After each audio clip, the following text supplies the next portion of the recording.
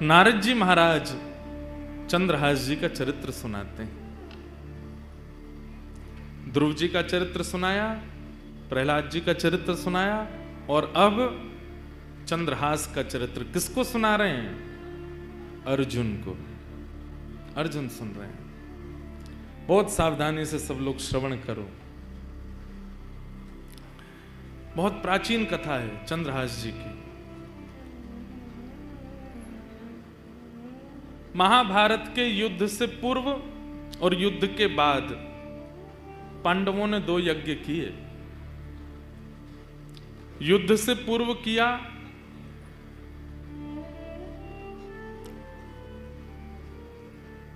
अश्वमेध यज्ञ, युद्ध के बाद किया अश्वमेध यज्ञ, और युद्ध से पूर्व भी एक यज्ञ पांडवों ने किया। अश्वमेध यज्ञ का एक नियम होता है कि यज्ञ करने के पश्चात जो राजा यज्ञ कर रहा है वो अपने घोड़े छोड़ता है। उन घोड़ों को, वो जिस राज्य में घोड़े जाएंगे, अगर वहां के राजा ने उनको बंदी बना लिया तो फिर उस राजा से युद्ध होता है, और अगर उस राजा ने घोड़ों को छोड़ दिया तो वो राजा जिसने घोड़े छोड़े हैं उसके अधीन हो जाता है। तो युधिष्ठिर जी ने घोड़े छोड़े, और घोड़े छोड़ करके नियम बना दिया, उस पर लिख दिया ये घोड़े सामान्य नहीं हैं। धर्मराज युधिष्ठिर ने महाभारत युद्ध जीतने के बाद अश्वमेध यज्ञ करके इन घोड़ों को छोड़ा है।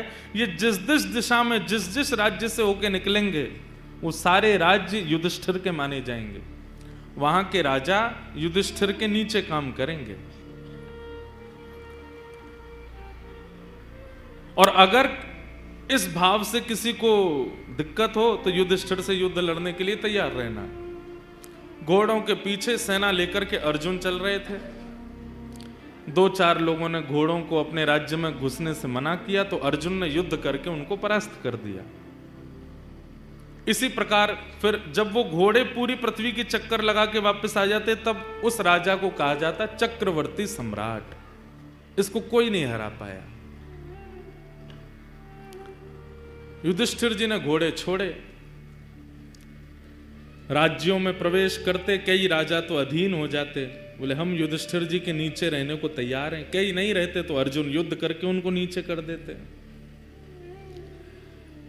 सब जगह भ्रमण करते करते जब वह घोड़े कुंतलपुर पहुंचे, हस्तिनापुर से थोड़ी दूर पूर्व ही एक कुंतलपुर नाम का स्थान पड़ा, जहां पर वे घोड़े पहुंचे। और जैसे ही उन स्थान में घोड़ों का पहुंचना हुआ, कोई राजा या सैनिक नहीं आया रोकने। प्रवेश करते ही कुंतलपुर में घोड़े अपने आप अंतर ध्यान हो गए।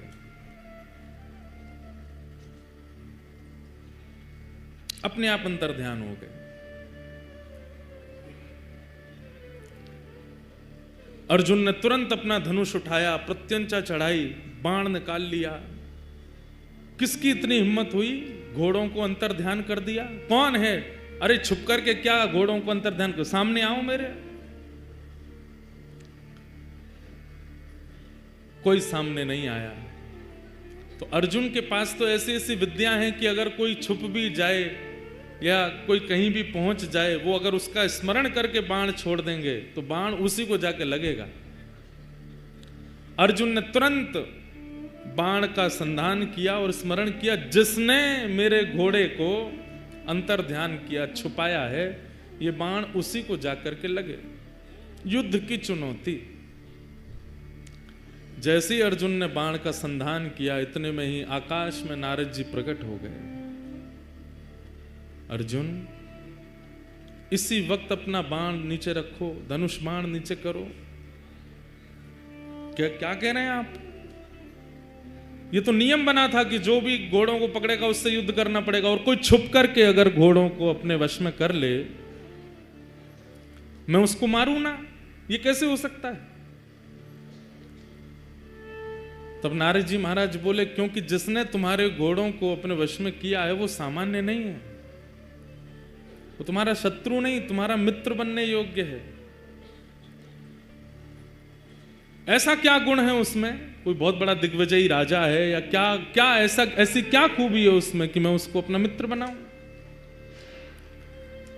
तब नारद जी महाराज ने कहा, जिस प्रकार तुम कृष्ण भक्त हो, ऐसे ही जिसने तुम्हारे घोड़े हरण किए हैं वो भी कृष्ण भक्त है। कुंतलपुर का राजा, उसका नाम है चंद्रहास। इसलिए तुम उस पर बाण चलाने की कोई चेष्टा मत करो। अर्जुन तो तुरंत सुन के, ये बात सुनकर के वो कृष्ण भक्त है, अर्जुन बोले, मैंने पहले तो कभी नाम नहीं सुना चंद्रहास का। बोले, जरूरी थोड़ी है कि सारे भक्त प्रकट ही होते हैं, कई अप्रकट भक्त होते हैं, और अप्रकट भक्त ठाकुर जी को अति प्रिय होते हैं, जो अपनी भक्ति प्रकट ही नहीं करते, पता ही नहीं चलने देते। बगल वाले को नहीं पता, बगल वाले की बात पत्नी को नहीं पता कि ये भक्त हैं। ऐसे भक्तों के चरित्र भी भक्तमाल जी में है। अंतर्निष्ठ राजा, पत्नी को ही नहीं पता कि पति भक्त है। ऐसी भक्ति जो करते हैं ठाकुर जी, उन्हें सामान्य भक्ति करने वाले से 50% ज्यादा प्रेम करते हैं, जो अपनी भक्ति को प्रकट नहीं करते। अब आप इतनी संख्या में आए, हम कथा करने जाते हैं, इतनी संख्या में लोग आ जाते हैं, इतनी बुरी स्थिति कई जगह होती है कि हाथ पांव टूटने तक की स्थिति हमारी बनती है कई बार। पर यह कोई बहुत प्रशंसा की बात नहीं है।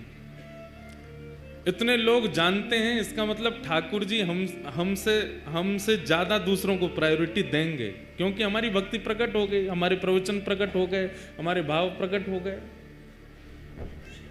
हाँ, हमारी कथा सुन करके या हमारे जैसे आचार्यों की कथा सुन करके अगर कोई व्यक्ति अंतर्निष्ठ भक्त बन गया, छुपा हुआ भक्त, तो ठाकुर जी हम पे भी कृपा कर सकते हैं कि तेरे प्रवचन सुन के देख, या के चित्त में अंतर्निष्ठ भक्ति आई है, तो या के संगतों पे भी कृपा होएगी। प्रचार बहुत ज्यादा हो जाता है ना, ठाकुर जी फिर समय लगाते हैं मिलने में, लेकिन अब क्या कर सकते हैं। कलयुग में युवाओं का, आप सब लोगों को कथा सुना करके भी तो कुछ ना कुछ, ठीक है आप पहले मिल ली हो ठाकुर जी से, फिर ठाकुर जी से कह दो इनकी कथा सुन के आए, इनको भी बुला लो, ऐसा कुछ कर लेना। तो अंतर्निष्ठ भक्त जो होता है वो ठाकुर जी को बहुत प्रिय होता है, जिसकी ज्यादा प्रचार नहीं, जिसको ज्यादा लोग जानते नहीं, ठाकुर जी को बहुत प्रिय। हमारे ब्रज में कई अंतर्निष्ठ महात्मा हैं जिनको कोई नहीं जानता। गिरिराज जी में, वृंदावन में, बरसाने में, नंदगांव में, और अगर कोई लोग आ भी जाते हैं ना तो वो दूर से ही देख लेते हैं, और जैसे ही देखते हैं कि कोई हमसे मिलने के लिए आ रहा है, इसको किसी ने हमारे बारे में बता दिया, तो वो ऐसी हरकत करने लगते हैं कि आदमी सोचता है कि ये पागल हैं, डर के मारे भाग जाते हैं कि हमारे पास कोई ना आवे, हमसे कोई ना मिले। ऐसे कई भक्त हैं ब्रज में।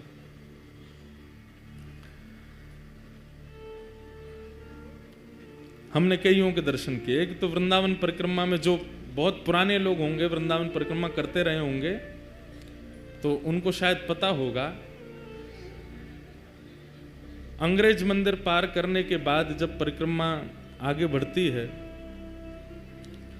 और धानुका आश्रम आदि सब पार करने के बाद एक चौराहा पड़ता है, जहाँ से हमारे आजकल परम पूजनीय श्री प्रेमानंद जी महाराज निकलते हैं परिक्रमा मार्ग में, जहाँ से वो आते हैं, उस स्थान पे, उसी जगह पे, उसी चौराहे पे एक बाबा पड़े रहते थे निर्वस्त्र, और वो चलते फिरते परिक्रमा करने वालों को कंकड़ पत्थर मार देते थे। कई लोग नहीं जानते थे तो उनसे लड़ने चले जाते थे, कई लोगों ने उनके साथ में खूब गंदा व्यवहार भी किया, परंतु वो अंतर्निष्ठ महात्मा थे, निर्वस्त्र रहते थे बिल्कुल। दिसंबर जनवरी भयंकर कोहरा में भी निर्वस्त्र पड़े रहते थे, कोई कंबल दे जाए तो पहन लेते थे, कोई रोटी दे जाए तो पा लेते थे। अब वो नहीं है शरीर से, पर वो अंतर्निष्ठ महात्मा थे। ऐसे भक्तों को जो अपनी भक्ति छुपाते हैं उनको ठाकुर जी बहुत जल्दी प्रेम करते हैं। तो अर्जुन ने जैसे ही सुना कृष्ण भक्त, धनुष बाण तो नीचे रख दिए, युद्ध उद्ध सब भूल गया, नारद जी के चरणों में प्रणाम करते हुए कहा, भगवान ये राजा कैसे हैं मुझे ये नहीं सुनना, ये इनका राज्य कितना बड़ा है मुझे ये भी नहीं सुनना, पर ये चंद्रहास कृष्ण भक्त कैसे हैं मुझे इनका चरित्र सुनाओ। और आपको सुनकर के आश्चर्य होगा, नारद जी महाराज बोले तो फिर अस्त्र शस्त्र दूर रखो, अस्त्र शस्त्र दूर रखे। बोले पूरी सेना को कहो ये भी अस्त्र शस्त्र दूर रखें, सब लोग बिल्कुल श्रोता बन करके बैठो। कहां रणभूमि में रण करने के लिए जा रहे थे, लेकिन जैसे ही कहा कि मुझे चंद्रहास जी का चरित्र सुनाओ, नारद जी ने कहा अस्त्र शस्त्र दूर करो। सब दूर करके जब सब लोग सामने बैठ गए तो नारद जी ने थोड़ी परीक्षा ली। अश्वमेध यज्ञ चल रहा है हस्तिनापुर में, तुमको विलंब नहीं होगा पहुंचने में। अब तुम यहां भक्त चरित्र सुनने के लिए बैठ रहे हो, चंद्रहास जी का चरित्र सुनने के लिए बैठ रहे हो, विलंब हो जाएगा, तुमको अश्व लेकर के वहां पहुंचने हैं, युधिष्ठिर जी का यज्ञ अधूरा रह जाएगा। वर्षों से चल रहा यज्ञ, इतने संत इतने ऋषि इतने महात्मा उसमें उपस्थित हो रहे हैं, सब धरा का धरा रह जाएगा, क्योंकि कथा तो एक बार प्रारंभ होगी, कब पूरी हो इसका कोई निधान नहीं है।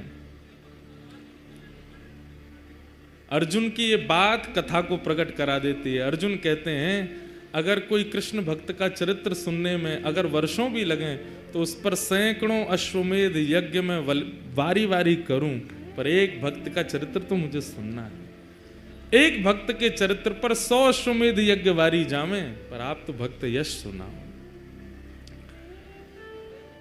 नारद जी महाराज बोले तो ठीक है, मैं अब तुम्हें चंद्रहास का सुंदर प्रसंग सुनाता हूं। जैसे ही नारद जी ने कहा मैं प्रसंग सुनाता हूं, इतने में एक दिव्य तेज प्रकट हुआ, और तभी क्या देखते हैं, आहा, वंशी विभूषित करा नवनीर दाभाग, पीतांबरादरुण बिंब फलाधरोष्ठात्, पूर्णेन्दु सुंदर मुखारविंद नेत्रा, कृष्णा परम किमपि तत्त्वमहम्। एक तेज प्रकट हुआ। अर्जुन बोले ये तेज कैसा? अर्जुन को लगा शायद चंद्रहास जी आ रहे होंगे, पर जैसे ही तेज विश्राम हुआ, मुरली मनोहर श्याम सुंदर प्रकट हो गए, और प्रकट होकर के अर्जुन के बगल में आसन लगाया, वहीं बैठ गए। अर्जुन बोले नाथ ये कैसी लीला आपकी? बोले भागवत की कथा सबको सुनने का अधिकार है, भक्त चरित्र का मुख्य श्रोता तो मैं हूं, सबसे पहले मैं आकर के बैठूंगा, व्यास जी का तिलक करूंगा तभी कथा होएगी। भक्त चरित्र तो मैं सुनता हूं। चंद्रहास का चरित्र यहां पर सुनाया जाएगा या किसी भी भक्त का चरित्र सुनाया जाएगा, मेरे बिना नहीं प्रारंभ हो सकता, तो मुझे आना पड़ेगा। आप सब इतनी संख्या में बैठे हैं, आप सबके बीच में मुंह छुपाए चुपचाप ठाकुर जी बैठे हैं, क्यों? एक भक्त चरित्र प्रारंभ हो रहा है। भक्त का चरित्र तो ठाकुर जी सुनते। ठाकुर जी प्रकट हो गए, अर्जुन के बगल में आकर के बैठ गए। अर्जुन के तो भाव ऐसे प्रकट हो रहे हैं, नाथ कितनी कृपा। नारद जी महाराज भावुक हो गए, भगवान आज्ञा हो तो अब मैं चरित्र सुनाना प्रारंभ करूं। ठाकुर जी बोले निश्चित सुनाओ, अब कोई विघ्न नहीं आएगा, कोई रुकावट नहीं आएगी, तुम तो सुंदर अब चरित्र सुनाओ।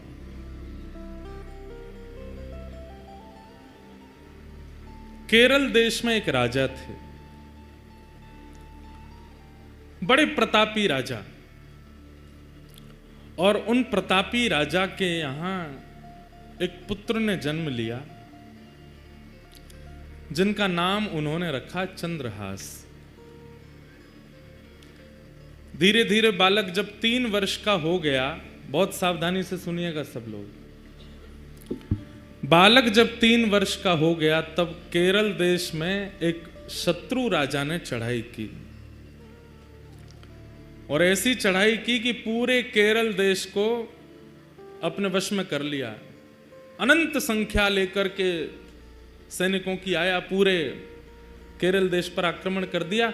उस आक्रमण में राजा मारे गए, सैनिक मारे गए, अब धीरे धीरे स्थिति की सेना ने भीतर देश में प्रवेश करके वहां की औरतों को, बच्चों को भी मारना प्रारंभ किया। जो क्रूर राजा जिसने आक्रमण किया था उसको पता चला, बोले कि राजा मर गया, रानी मर गई, पूरा परिवार मर गया, एक इनका 3 वर्ष का बालक है वो अंदर भवन में है, उसको मार दो तो आपकी विजय हो गई इस देश पर। जैसे ही उस राजा ने अंदर प्रवेश करना प्रारंभ किया तो एक धाई मां, जो बालकों की आजकल कह दें तो बेबी सिटर करते हैं ना, बच्चों की जो ध्यान रखते हैं, दूध पिलाना, खिलाना, नहलाना, बड़े बड़े घरों में रखते हैं लोग, एक धाई मां, उनकी एक धाई मां चंद्रहास बालक की, उसको जैसे ही पता चला कि कोई आक्रमण में सब मारे गए हैं और अब वो राजा यहीं आ रहा है इस बालक को मारने के लिए, तुरंत बालक को उठा करके उसके जितने राजकीय वस्त्र थे सब उतार दिए, सोने चांदी आदि जो भी उसने पहन रखा था सब उतार करके फेंक दिए, मैले कुचैले वस्त्र जो सामान्य लोगों के होते हैं वो बालक को पहना दिए, कालीत उसके मुख पर पोत दी, अजीब सा उसका रूप कर दिया, केश बिखेर दिए, कड़ूले आदि सब उतार करके फेंक दिए और अपने सौल में लपेट करके बालक को लेकर के जा रही हैं। बालक से कह रही हैं, 3 वर्ष के हैं अभी चंद्रहास, कह रही हैं कोई अगर पूछे कि ये कौन है तो तुम धाई मां मत बोलना है, बोलना ही मेरी मां है, बेटा आज से मैं ही तेरी मां हूं। माता पिता दोनों चले गए, पूरा राज्य नष्ट हो गया। धाई मां ने बालक को अपनी सौल में लपेटा, गोद में लेकर के पीछे के रास्ते से सामान्य लोग जहां से भाग रहे थे वहीं से निकल के जाने लगे। जगह जगह नाकाबंदी पर सबको देखा जा रहा था। अंदर से राजा ने घोषणा कर दी कि राजकुमार को लेकर कोई भाग गया है, ढूंढो उसको, कहां है। बहुत सुंदर चरित्र बंधुओं, सावधानी से सुनना। बालक को लेकर के धाई मां जैसे ही बाहर आने लगी तो एक सैनिक ने रोका, कौन हो? महाराज मैं तो सामान्य स्त्री हूं, मेरा घर जल गया, पति मर गए, जा रही हूं कहीं, भाग जाऊंगी, मुझे भी मार देंगे नहीं तो। कौन है ये बालक, इसका मुख दिखाओ। बालक का जब रूप दिखाया तो फटे कुचैले वस्त्र पहने, मुख पर गंदगी लपेटी हुई, लग ही रहा था कि धाई मां का ही बालक है। ए बालक ये कौन है? चंद्रहास बोले ये मेरी मां है। ठीक है जल्दी जाओ, निकलो यहां से। जैसे तैसे वहां से प्राण बचा करके उस बालक के वो धाई मां निकल गई। बहुत व्याकुल है चित्त से, इतनी दूर जाना है कि कहीं से भी उस राजा को ये राजकुमार मिल ना जाए। तो दक्षिण केरल देश से चलकर के वो मां उत्तर भारत तक चलकर के आई बालक को लेके। महीनों लगे, साल लगे, कितना समय लगा पता नहीं। और ग्वालियर के पास में जो कुंतलपुर गांव जिसके बारे में हम लोग सुनेंगे, जहां के ये राजा बने कालांतर में, वहां पहुंच गए। वहां के तत्कालीन राजा कोई थे, उनके मंत्री थे, उसका नाम था दृष्टबुद्धि। क्या नाम था? दृष्टबुद्धि। दृष्टबुद्धि के पास जाकर के धाई मां ने कहा, मैं दासी हूं, बहुत निपुण हूं, आप मुझे जो काम कहेंगे मैं करने को तैयार हूं, मुझे कोई नौकरी दे दीजिए। मां को लगा अब उत्तर भारत में कम से कम इतने 1000 किलोमीटर की दूरी है, कम से कम यहां सुरक्षित रहेंगे राजकुमार।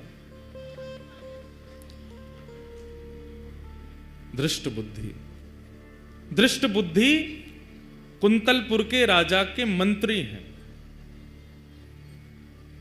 मंत्री ने जैसे ही देखा, अच्छा ठीक है, हमारे यहां तो बहुत सेविकाएं हैं, काम तो लगे रहते हैं, क्या कर सकती हो? बोले जो कहोगे वो करने को। और ये तुम्हारा बालक, ये तो छोटा है, खेल लेगा यहां बाहर बच्चों के साथ में, ठीक है। और वहां उस धाई मां को एक नौकरी मिल गई, राजा के दरबार में कुछ काम आदि करती।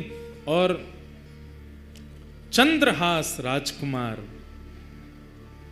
अब पूरा नगर दाई मां को जानता है, जितने लोग जानते हैं सब कहते हैं ये बालक कौन है? बोले कि ये दासी पुत्र है। कहां एक राजमाता का पुत्र कहां एक राजा का राजकुमार, और अब क्या बन गए हैं? दासी पुत्र। 2-2 दिन तक भोजन नहीं मिल पाता है, रात्रि सोने की व्यवस्था नहीं हो पाती है, दाई माँ के साथ ही चंद्रहास रहते हैं। बंधुओं, यही जीवन है। कब दिन बिगड़ जाएं या बदल जाएं कुछ कह नहीं सकते हैं। और एक बात हमेशा याद रखिएगा, दिन होना और रात होना इस बात का प्रतीक है। इस संसार में कोई भी व्यक्ति या इस सभागृह में कोई भी व्यक्ति ये नहीं कह सकता कि मैंने आज तक केवल दिन ही देखा है, रात नहीं देखी, या रात देखा है, दिन नहीं देखे। सब देखा है। इसका मतलब दिन क्या है? यश। दिन क्या है? संपत्ति। दिन क्या है? प्रबलता। दिन क्या है? ऐश्वर्य। और रात्रि क्या है? सब इसका उल्टा। सबको देखना पड़ता है। और एक बात कहें आपको, बहुत फैक्ट बात है, हम सबका जीवन 10-10 वर्षों में विभाजित है। 10 वर्ष अच्छे निकलेंगे, 11वें वर्ष से फिर 10 वर्ष कुछ कठिनाइयां रहेंगी, फिर अगले 10 वर्ष ठीक निकलेंगे, फिर अगले 10 वर्ष कठिनाइयों से निकलेंगे। इसी को कहते हैं कि 10 वर्ष हम लोग सीखते हैं और 10 वर्ष उस सीखे हुए से कमाते हैं। सबके जीवन में ये नियम आता ही है। किसी किसी के प्रारंभ जीवन में ही आ जाता है, किसी के मध्य जीवन में, किसी के अंत जीवन में, पर ये 10 वर्षों का विभाजन चलता ही रहता है। राजा, केरल देश के राजा का पुत्र अब दासी पुत्र है। सूरदास जी एक पद गाते हैं। ये पद वैसे तो हमारे व्रज में गोपियां उद्धव जी से कहती हैं, क्योंकि उद्धव जी महाराज वृंदावन गए थे और ठाकुर जी से कह के गए थे कि सुबह जा रहा हूं, शाम तक आ जाऊंगा। लेकिन उद्धव जी कितने दिन में लौट के गए? 6 महीना लग गए उद्धव जी को। तो उद्धव जी जब गोपियों को समझाने के लिए आए तो गोपियां उद्धव जी को देख करके क्या कह रही हैं? कष्ट का समय सबके जीवन में आता है बंधुओं, बस उस समय पर धैर्य मत खोइएगा।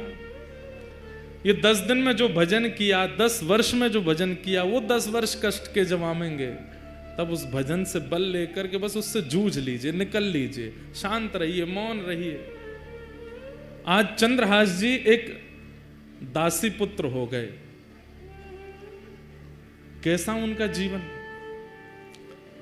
छोटे बच्चों के साथ में बाहर गली में खेलते हैं, नाली में गिर जाते हैं। सब कुछ राजकीय अब नष्ट हो चुका है और दासी पुत्र के नाम से ही जाने जाते हैं। लेकिन ठाकुर जी जब परीक्षा लेने पे आते हैं तो बंधुओं अति कर देते हैं कई बार। 5 वर्ष की आयु हुई चंद्रहास जी की, और जो दाई मां उनको लेके भागी थी बचाने के लिए, अब उसके प्राण निकलने लगे। कोई नहीं है अब चंद्रहास जी का इस दुनिया में। माता पिता परिवार सब मारा जा चुका है, एक दाई मां है बस। और अनजान नगर सब दासी पुत्र समझते हैं इनको। चंद्रहास जी गए अपनी मां के पास, दाई मां के पास, तो देखा बिस्तर पर पड़ी, बुखार चढ़ रहा है। सिर दबाने लगे, मां आपको क्या हुआ? चंद्रहास का हाथ पकड़ लिया, बालक अब मैं जाने वाली हूं। आप जा रही हो? मैं किसके पास जाऊंगा फिर? मेरा कौन है यहाँ पे? माता पिता जा चुके हैं, आप मुझे यहाँ ले आई, मैं आपको ही माँ मानता हूँ। यहाँ सब लोग मुझे जानते नहीं हैं, मुझे कोई पूछता भी नहीं। आप भोजन कराती हैं तो मैं खाता हूँ, आप मुझे नहलाती हैं तो मैं नहा लेता हूँ। मैं किसके पास रहूंगा अब? सुनो चंद्रहास, इधर आओ। आज के बाद कोई पूछे तुम्हारी माँ कौन है तो कहना कृष्ण मेरी माँ है। कोई पूछे तुम्हारे पिता कौन है तो कहना कृष्ण मेरे पिता है।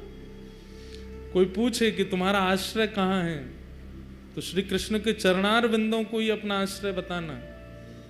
कोई पूछे तुम्हारा सर्वस्व कौन है तो कृष्ण ही तुम्हारे सर्वस्व है।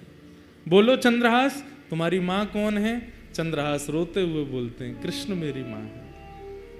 जानते भी नहीं है कृष्ण है कौन, बस मां समझा रही है, कौन है तुम्हारी मां? कृष्ण मेरी मां। तुम्हारे पिता कौन है? कृष्ण मेरे पिता हैं। तुम्हारे सर्वस्व कौन है? कृष्ण मेरे सर्वस्व।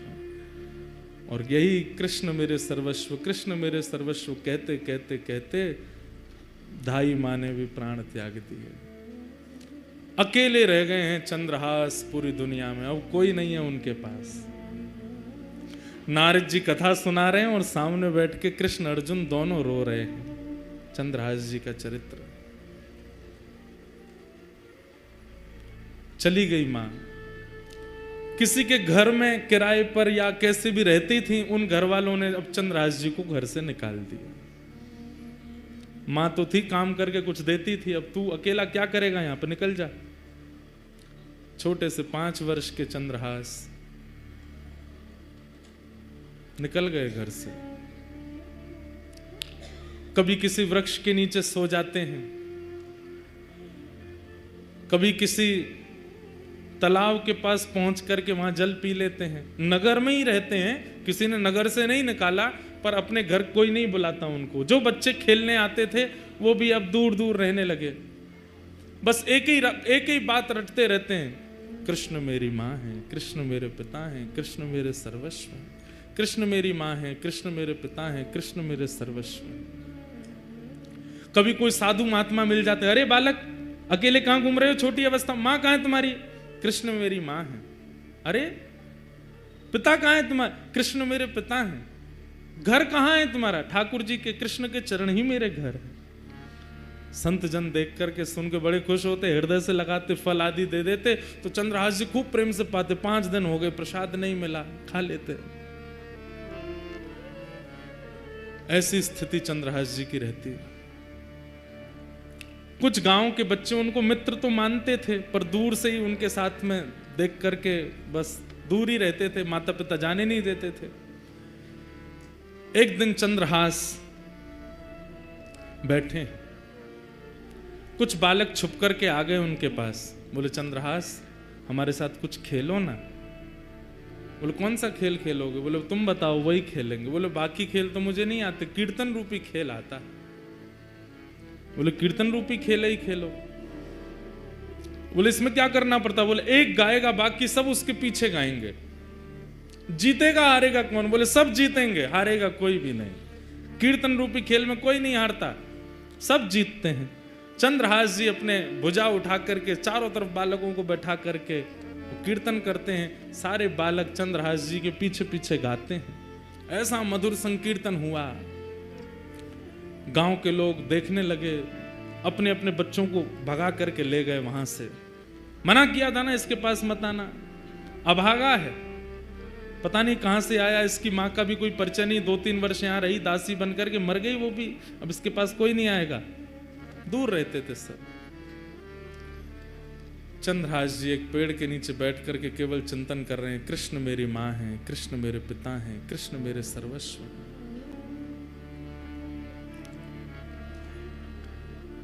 कठिन परिस्थिति सबके जीवन में आती है बंधुओं, बस उस परिस्थिति में ठाकुर जी का त्याग मत करो।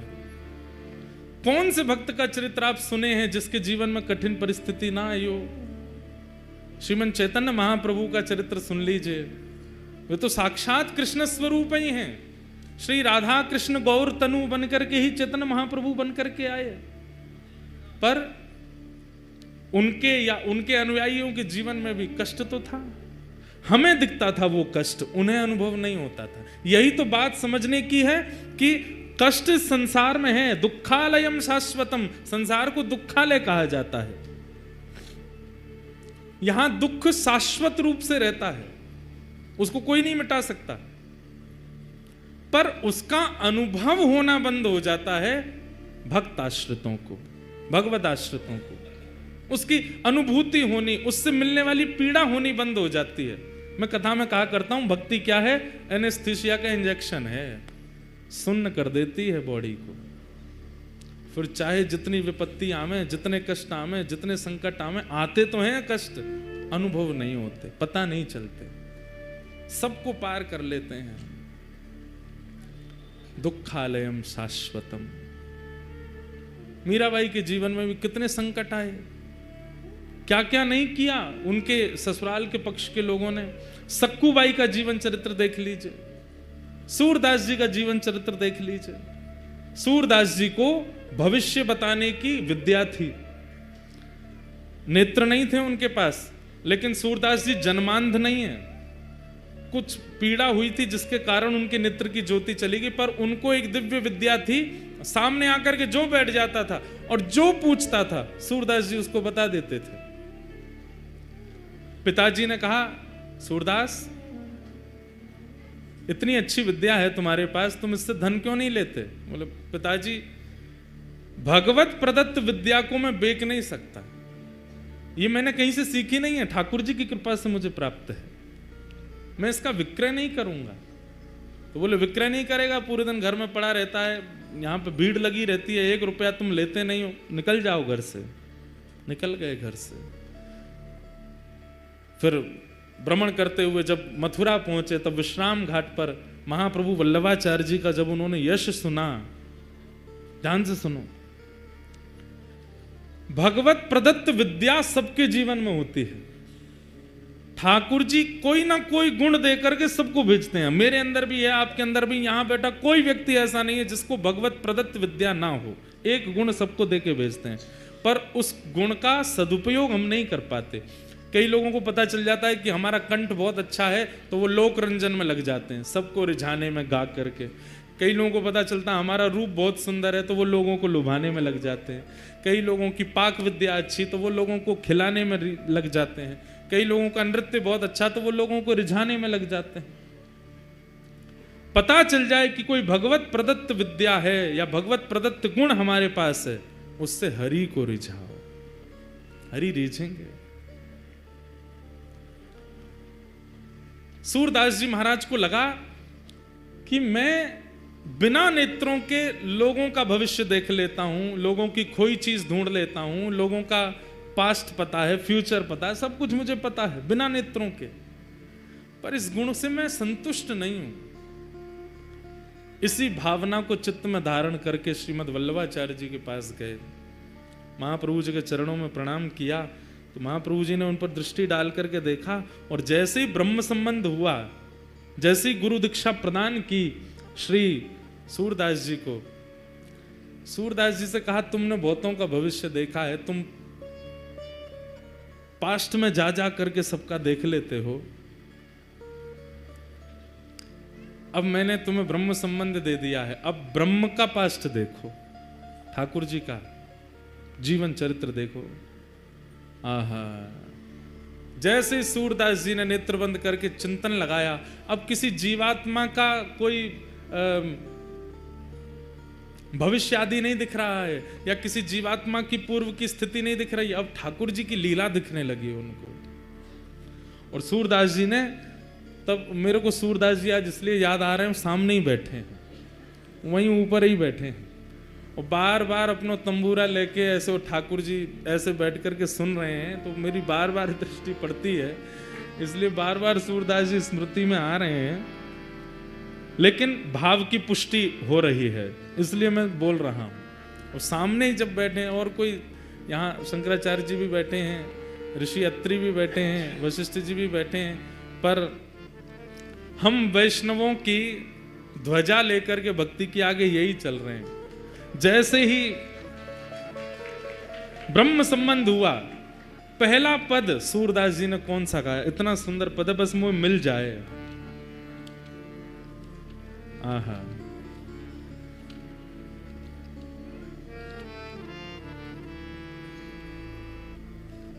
और वो पद ऐसा है कि श्री राधा रानी पहली बार नंद भवन आई हैं, और सूरदास जी को दिख रहा है विश्राम घाट पे बैठ करके, और वल्लभाचार्य जी कह रहे हैं, कहां दिख रहा है, गाओ। सूरदास जी सबका भविष्य देखने वाले आज पहली बार यमुना जी के तट पर बैठ करके कह रहे हैं, हे गुरुवर, जो दिख रहा है वो गा रहा हूं। क्या? कि यशोदा मैया राधा कुंवरी सवारती, प्यारी यशोदा मैया राधा कुंवरी। जय जय। ऐसा दिख रहा है कि नंद भवन में ठाकुर जी मैया ते लड़ रहे हैं। अच्छा कहा कह रहे हैं? बोले यूं कह रहे मेरो ब्याह कराओ, मैं ब्याह करूंगा मैया, मैं चोरी चकारी और सबरो उदम छोड़ दूंगा, मेरो ब्याह करो। मैया बोली लाला 3 बरस को 3.5 बरस को तू है, अभी तो ब्याह करेगो। इतने में ही बाहर नंद भवन की, अब पूरी कथा तो मैं नहीं सुनाऊंगा, बहुत बड़ी है, कल अगर अवसर मिलेगा तो सुनाऊंगा। एक दिन पहले ही ठाकुर जी मिले किशोरी जी से पहली बार, और किशोरी जी को अपने नंद भवन को सबरो मार्ग बता दियो, वहां मेरो घर है, वहां मैं रहूं और मेरो नाम है कुंवर कन्हई। तो मैया तो लड़ रहे हैं मेरो ब्याह करा दे। इतने में ही किशोरी जी ढूंढते ढूंढते नंद भवन पहुंच गई। मैया बोली इतनो सो है तू, अभी नेक्स्ट सो अभी तो ब्याह करेगो, बहू कैसी चाहिए? इतने में ही बाहर से आवाज आई कुंवर कन्हई। किशोरी जी पधारी हैं, ठाकुर जी के कान खड़े, मैया सुन देख कौन बोल रहा है? कुंवर कन्हई। मैया बोली जी कौन? जी तो कोई लाली बोल रही। मैया लाली ना, बहू है, चर्चा है रही, अपने आप ही आ गई है। श्रीमद वल्लभाचार्य जी सन्मुख बैठे हैं और सूरदास जी, एक आचार्य की कृपा हो गई और अपने भगवत प्राप्त गुण से ठाकुर जी की द्वापर की लीला देखने लगे और देख करके गाने लगे।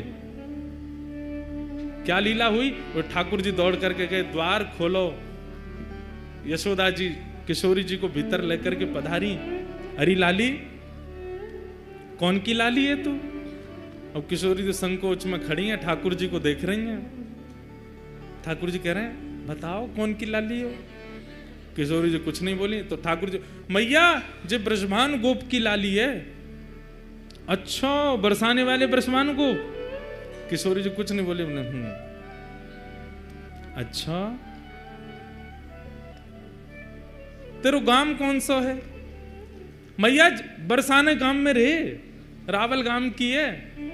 अच्छा, तेरी मैया को नाम तो मुझे कछु ऐसो याद है, मुझे याद नहीं आ रहा। ठाकुर जी बोलो कीर्ति मैया। तो ते पूछ रही हूं मैं, तू काय को बता रहा है? या ते पूछ रही हूं या बता दे।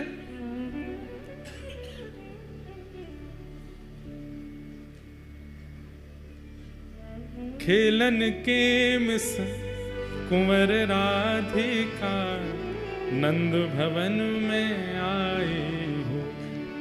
क्रम जो चंद्रदास जी का चल रहा है वो चलेगा, अभी भाव आयो है। सूरदास जी वहीं तक कह रहे हैं सुनाओ।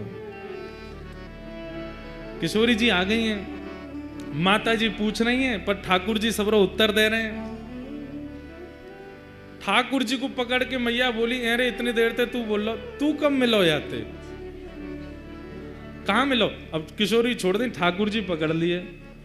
आहा, तो ठाकुर जी कहा क्या उत्तर दे रहे हैं? कितने भोले हैं हमारे लाल जी। जमुना तीर कलही में भूलो, जमुना तीर कलही में भूलो, बाह पकड़ ले आई हो, बाह पकड़ ले आई हो। ठाकुर जी कह रहे हैं मैया कल जमुना जी पे घूमते घूमते मैं नंद भवन को रास्ता भूल गए हो। बोला अच्छा, तब जे मुँह को मिल गई और मैं रोन लगो, मुँह तो मैया के पास जानो है, नंद बाबा के पास जानो। तो जे मेरो हाथ पकड़ के नंद भवन छोड़ के गई मुँह को। या हमारे हम दोनों को परिचय है गयो। आहा, आवत इहाँ तो ही सकुचत, आवत इहाँ तो ही मैं दे सो ही बुलाई हो, मैं दे सो ही बुलाई हो। मैया तो ये देख के डर गई है या हमारे इनके बहाने मैं बोल रहा हूं। मैया मैया एक बात कहनी। बोले कहा कान में ही कहूंगा।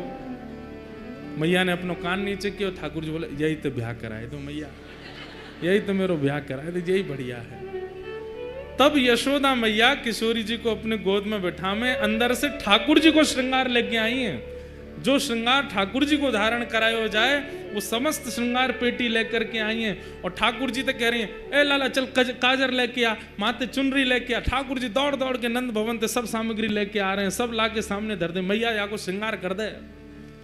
और यशोदा मैया जशोदा राधा कुंवर संवारती, बड़े बार सीमत शीश के प्रेम सहित निहारती।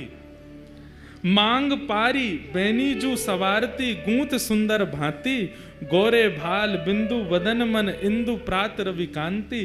पूरी ठाकुर जी को जैसे श्रृंगार करें वैसे श्रृंगार कर रही हैं यशोदा मैया, और ठाकुर जी श्रृंगार ढूंढ रहे हैं बढ़िया वारो। मैया जे नग पहना कितना बढ़िया लगे वो, मैया बार पहना रही हूँ, ठाकुर जी को देखते जा रही हैं। बड़ा अपने श्रृंगार के तो उतार उतार के भगे। अब मैया मैं श्रृंगार करके खुद ना देख पाऊं ना, या देखते रहूंगा, या को कर दे।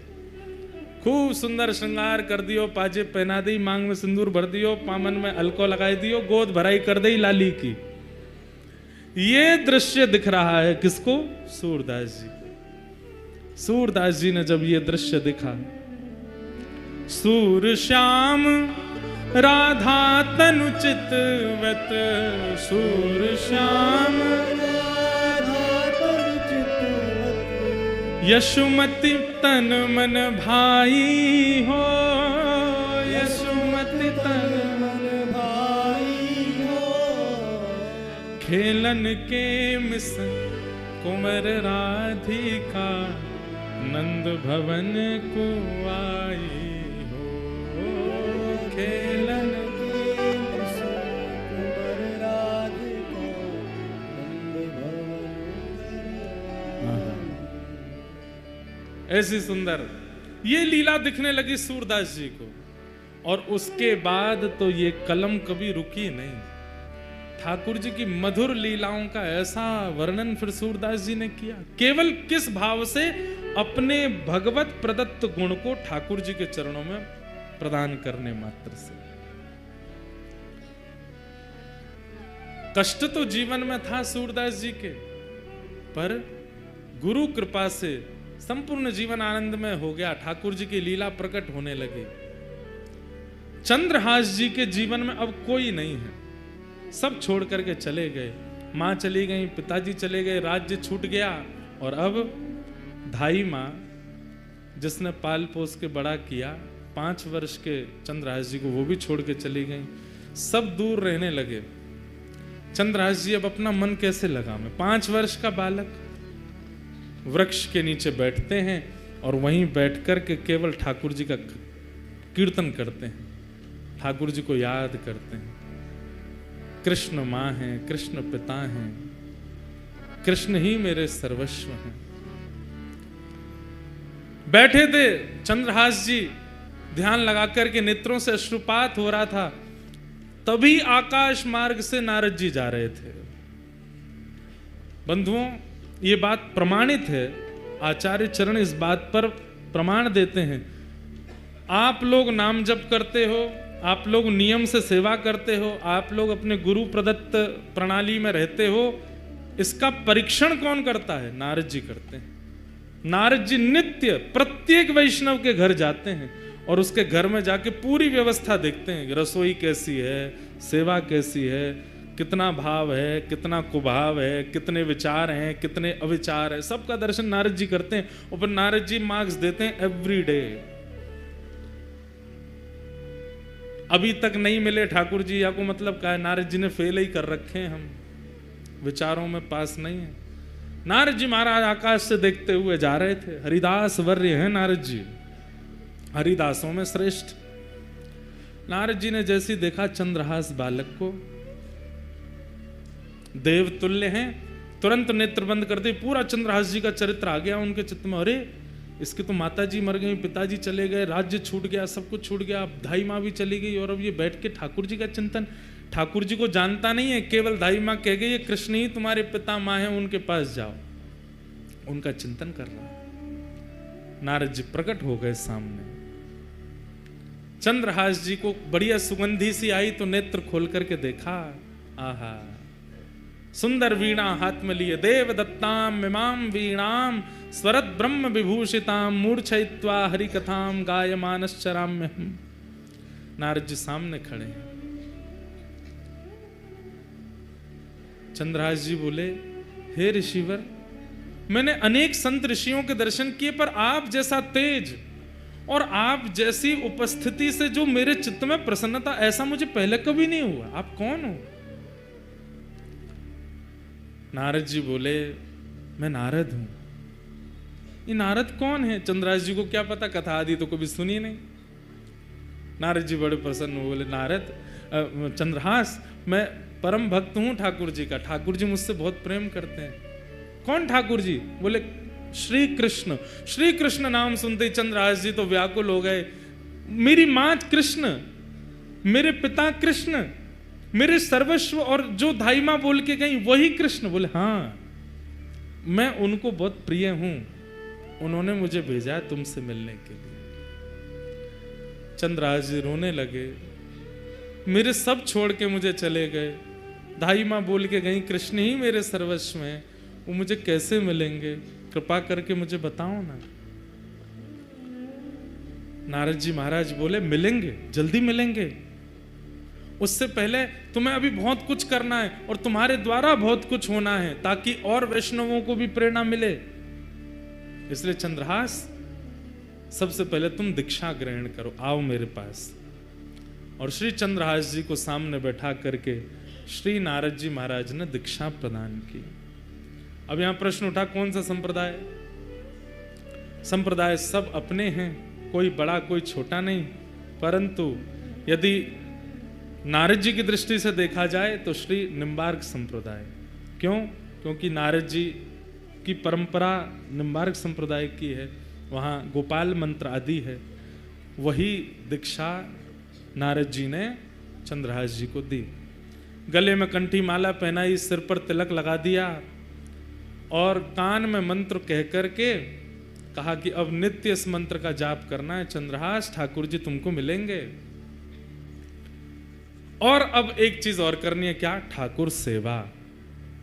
सेवा से मन की मनीलता जाती है। मैं कैसे सेवा करूंगा? मेरे पास तो ना घर है, ना मकान है, ना आसन है, ना सिंहासन है, कुछ भी नहीं है। मैं तो खुद पेड़ के नीचे रहता हूं, कोई आश्रय मुझे मिलता नहीं। कीर्तन गाता हूं तो कई बार लोग कीर्तन करने के लिए घर पर बुला लेते हैं तो भोजन प्रसाद पवा देते हैं। मैं ठाकुर जी की सेवा कैसे करूंगा? बोले तुम चिंता मत करो, तुम्हारे पास ठाकुर जी हैं। बोले मेरे पास? बोले हाँ। कहाँ हैं? वो तुम जो गोटियों से खेलते हो कंचा, उनको लेके आओ। तो खूब सारे कंचे इकट्ठे किए थे चंद्रहास जी। पूरे दिन अकेले क्या करें, उनसे खेलते रहते थे। उन्हीं कंचों में एक बहुत सुंदर श्याम वर्ण के वो शालिग्राम जी थे और उनको भी रखा था। नारद जी ने ढूंढ करके कंचों के बीच में शालिग्राम जी निकाले, बोले ये हैं, ये ठाकुर जी हैं। चंद्रहास, अब इन्हीं की सेवा तुमको करनी है। ये ठाकुर जी हैं, मैं तो इनसे खेलता था। तो बोले तो क्या हो गया, पता नहीं था ना तुमको? अब हम बता रहे हैं, ये ठाकुर जी हैं, शालिग्राम भगवान है। फिर शालिग्राम भगवान कौन होते हैं, कैसे होते हैं, पूरी कथा सुनाई नारद जी ने चंद्रहास जी को। ये कौन है, कैसे हैं, कहां से आए हैं, कैसे इनका प्रादुर्भाव हुआ। अभी देवोत्थान एकादशी, तुलसी शालिग्राम विवाह, उस दिन शालिग्राम जी का जन्मोत्सव भी है। उसी दिन शालिग्राम जी प्रकट हुए। पूरी कथा सुनाई। बोले गंडकी नाम की परम भक्ता ने भगवान की स्तुति गाई कि मैं यशोदा जी की तरह गोद में खिलाना चाहती हूं। तो ठाकुर जी ने सतयुग त्रेता द्वापर में तो उनकी गोद में वास्तविक में खेले, पर कलयुग आते ही भगवान ने आज्ञा की कि अब देवी ये कार्य नहीं हो पाएगा। गंडकी रोने लगी तो आपकी वाणी सफल कैसे होगी नाथ? तब ठाकुर जी बोले तो एक काम करो, क्या तुम नदी बन जाओ और हम शालिग्राम बन करके तुम्हारे भीतर विराजेंगे, तुम्हारी गोद में खेलते रहेंगे। और वही गंडकी नदी बन गई, शालिग्राम जी उसमें विराजते हैं। ये पूरी कथा नारद जी ने चंद्रहास जी को सुनाई।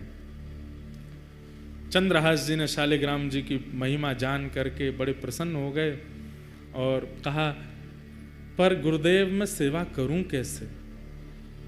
ना मुझ पर चंदन है, ना रोली है, कुछ भी तो नहीं है, ना इत्र है, ना कोई माला है, क्या कैसे करूंगा? तब नारद जी ने कहा, बोले सबसे सरल सेवा है इनकी। बोले क्या? दिखा के खाओ, धो के पी लो।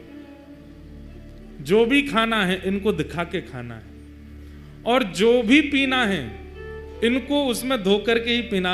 उस समय चाय आदि तो कुछ होती नहीं थी, दूध था और पानी था। बोले जब दूध पियो तो इनको धो दो, जो बचे उसको पी लो, जब जल पियो तब भी इनको धो दो पी लो, और जो भी पाओ इनको दिखा के खाओ। अब सुनिएगा कितने सरल हैं चंद्रहास जी। चंद्रहास जी बोले मुझ पे तो जेब भी नहीं है, मैं इनको कहां लिए घूमूं। नारद जी बोले अब तुम देख लो, अब हमने तुमको सेवा बता दी है, तुमको जैसे रुचि लगे। तुम्हारे पास जब ये गोटी बन के खिल सकते हैं तो जैसे तुम रखोगे वैसे रह भी लेंगे। सोई चंद्रहास जी ने शालिग्राम जी मुंह में धर लिए। बोले गुरु जी ये बढ़िया है। बोले क्या? जो भी खाऊंगा इनको दिख करके ही पेट में जाएगा, जो भी पीऊंगा धुल करके ही पेट में जाएगा। आप लोग ऐसा मत करना, कहीं आप ऐसे करो। जैसे ही मुंह में शालिग्राम जी रखे, नारद जी के नेत्र सजल हो गए। वाह भैया शालिग्राम, इस ब्रह्मांड में दो ही हुए जिन्होंने मुंह में शालिग्राम रखे, या तो गोपाल जी या चंद्रहास। या तो गोपाल जी ने मुंह में ठाकुर जी रखे। आज भी कहते हैं कि वो गोपाल शालिग्राम जी विराजमान है व्रज में। कई लोग बोलते हैं व्रज में विराजमान, कई बार उन पे दो दतुइयां भी गड़ी हुई हैं, ठाकुर जी काट गए उनको, दो दांत भी बने हुए हैं। नारद जी ने हृदय से लगा लिया, वारे चंद्रहास तेरी भक्ति बहुत सुंदर। छोटे से शालिग्राम जी को अपने मुंह में रखते हैं चंद्रहास जी। जो भी खाते हैं उस खाई हुई वस्तु को शालिग्राम जी देख लेते हैं, पा लेते हैं। मुंह में लेके वस्तु कहते हैं, हे शालिग्राम देख लो का खा रहा हूं, पा लेते हैं। जब जल पीते हैं तो शालिग्राम जी का स्पर्श होके चला जाता है। ऐसे चंद्रहास भक्त।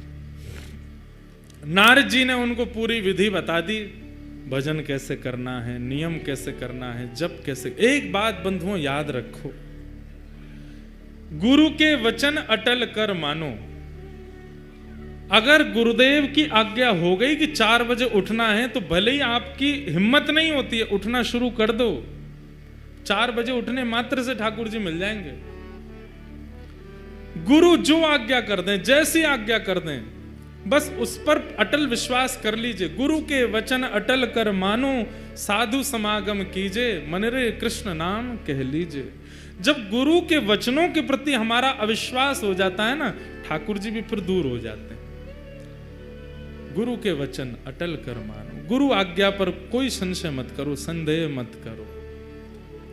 नारद जी महाराज ने समझा दिया सब,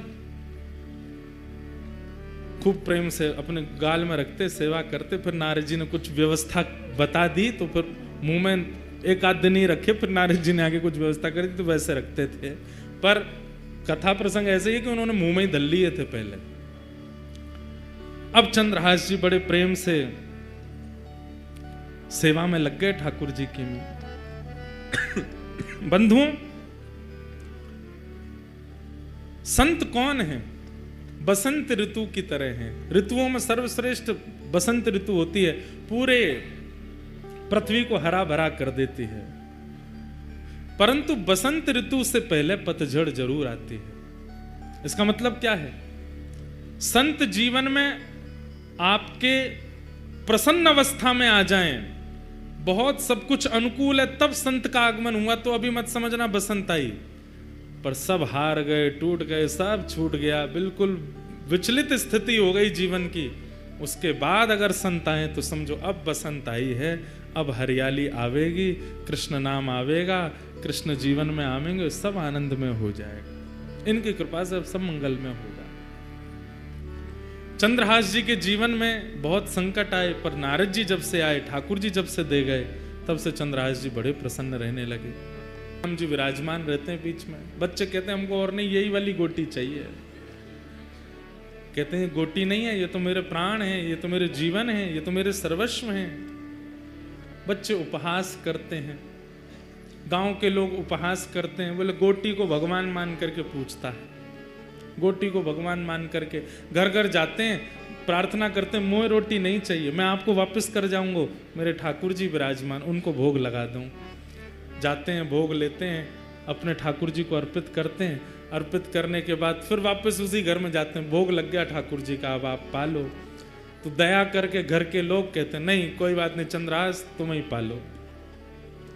चंद्रहास जी बड़े सुंदर थे, कई बार गांव के लोग उनके रूप माधुरी को देख करके बोलते थे, कितना अभागा है, इसका भाग्य कैसा है कि इसकी माँ इसको लेके आई, चल बसी, आज इसका कोई भी नहीं है, पर इसका रूप देखो कितना सुंदर है, इसके रूप माधुरी आदि सब कितनी मनमोहक है। धीरे धीरे चंद्रहास थोड़े बड़े होने लगे, ऐसी स्थिति में ही रहते थे। तो धृष्ट बुद्धि जो मंत्री था उस नगर का, उसकी एक बेटी थी और एक बेटा था। बेटी का नाम था विषया। क्या नाम था? विषया। और बेटे का नाम था माधव।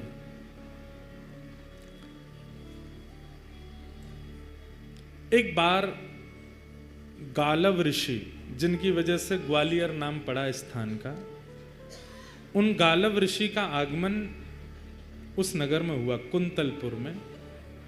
सब लोग सावधानी से सुनो, इधर देखो। गालव ऋषि का आगमन हुआ तो मंत्री जी ने उनका खूब स्वागत सत्कार आदि किया, और सत्कार करने के बाद कहा, भगवान पुत्र की मुझे चिंता नहीं है, पुत्र तो मेरा माधव बन जाएगा कुछ ना कुछ, पर मेरी बेटी बहुत सुंदर है, बहुत गुणवान है, इतने अच्छे अच्छे गुण किसी पुत्री को प्राप्त नहीं होते जैसे मेरी पुत्री में। आप कृपा करके इसकी जन्म कुंडली या इसकी हस्तरेखा देख करके बताओ इसका भविष्य कैसा होगा। और मुझे सबसे बड़ी चिंता तो है, मैं बोल नहीं पा रहा हूं, पर इसका पति कौन होगा, किससे इसका ब्याह होगा। गालव ऋषि बोले, लाओ दिखाओ। जैसे ही विषया का हाथ देखा, हाथ देख करके उसकी पूरी कुंडली आदि सब बना करके गालव ऋषि बोले, धृष्ट बुद्धि, तुम्हारी पुत्री को परम सुंदर पति प्राप्त होगा, बहुत सुंदर। उसको देख करके सब न्यौछावर हो जाएंगे, इतना सुंदर स्वरूप उसका होगा, ठाकुर जी जैसा स्वरूप होगा। सुन करके पूरा नगर प्रसन्न हो गया, सब घर के लोग प्रसन्न हो गए, आनंदित हो गए, वाह सुंदर वर मिलेगा। कन्या वर्यते रूपम, शास्त्र आज्ञा करते हैं। वो बात अलग है कि धन के कारण ब्याह करना पड़ता है, संपत्ति के कारण ब्याह करना पड़ता है, परिवार के प्रेशर में ब्याह करना पड़ता है, लेकिन अगर स्त्री से पूछो तो कन्या वर्यते रूपम, उसको रूप ही चाहिए। पतिदेव जो है हमारे सुंदर हो। जो भाई लोग थोड़े सुंदर नहीं है वो उदास नहीं हो जाना, मायूस नहीं होना। रूप की सुंदरता नहीं, हृदय बुद्धि की सुंदरता, वो सुंदर होना चाहिए। वैसे सबको खुद सुंदर ही लगते हैं, सब अपने आप को शीशा में जब देखते हैं तो कैसा भी व्यक्ति क्यों ना हो, वो भी उस समय बड़ी अदब में अपने बाल काटता है, उसको भी लगता है कि मैं सुंदर ही हूं। तो सबको तो अपने आप का सुंदर ही अनुभव होता है, पर रूप की सुंदरता का क्या करना है। वो रूप रूप नहीं है। जिस रूप से ठाकुर जी की अवलोकन ना होते हो, दृष्टि ना देखती हो, वो कान कान नहीं है जो ठाकुर जी की कथा ना सुनते हो, वो हाथ हाथ नहीं जो सेवा ना करते हो। सबसे बड़ी बात है कि माताओं को सोचना चाहिए पति कैसा हो, भगवत भक्त हो।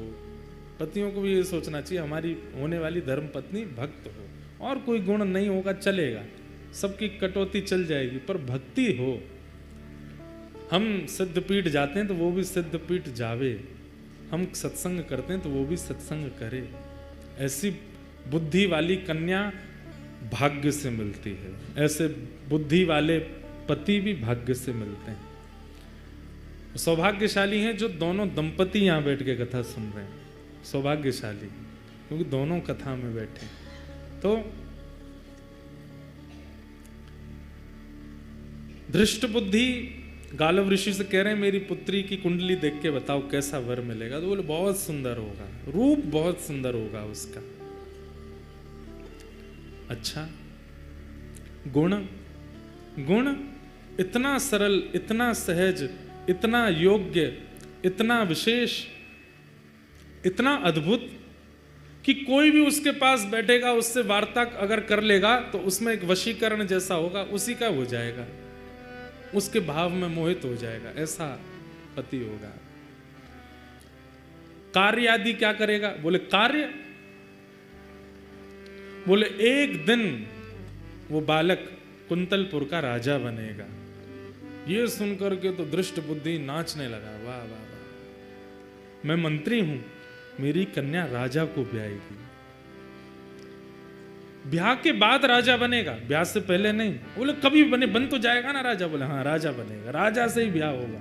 बोले अच्छा, और बताइए और बताइए। गुण गुण बताते गए। बोले गालव ऋषि बोले सब गुण ही गुण हो ऐसा नहीं होता, कुछ अवगुण भी होते हैं। बोले अवगुण बताओ। बोले अवगुण ये, तुमसे उसका मेल नहीं खाएगा, तुम्हारी बेटी से बढ़िया चलेगी उसकी, पर तुम्हारी और तुम्हारे जमाई की बिल्कुल नहीं बनेगी।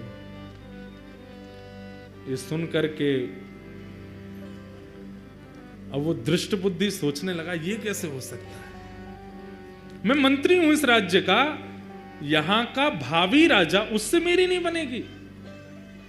बोले हाँ तुम्हारी नहीं बनेगी, और जब तुम्हारी बेटी का ब्याह होगा तो तुम सबसे बड़ी बीच में रुकावट बनोगे। जब गुणों को सुनता है और अब जब अवगुणों को सुनना है तो मेल ही नहीं हो रहा है। बोले जो गुण आपने बताए उसमें मैं रुकावट कैसे बन सकता हूं? सुंदर है, गुणवान है, वशीकरण उसके अंदर होगा, और आप बोल रहे हैं उसमें भक्ति भी होगी। बोले भक्ति की चरम स्थिति, सामान्य नहीं, चरम भक्त होगा भगवान का। बोले ठीक है भक्ति चरम होगी, लेकिन राजा भी तो बनेगा वो कालांतर में, सब होगा, तो फिर मैं बीच में कैसे आ सकता हूं? बोले ये तो समय बताएगा, तुम बीच में कैसे आओगे, तुम्हारी उससे नहीं बनेगी, और तुम हर प्रयास करोगे उसको रोकने का, अपनी पुत्री का होने से। बेटी तो वहीं बैठी बैठी पिता को देखने लगी, पिताजी आप ऐसा मेरे साथ नहीं करोगे ना? बोले बेटी मैं क्यों करूंगा, अब ये बता रहे हैं वो तो सुनना पड़ेगा। ठीक है, सब बातें बताई।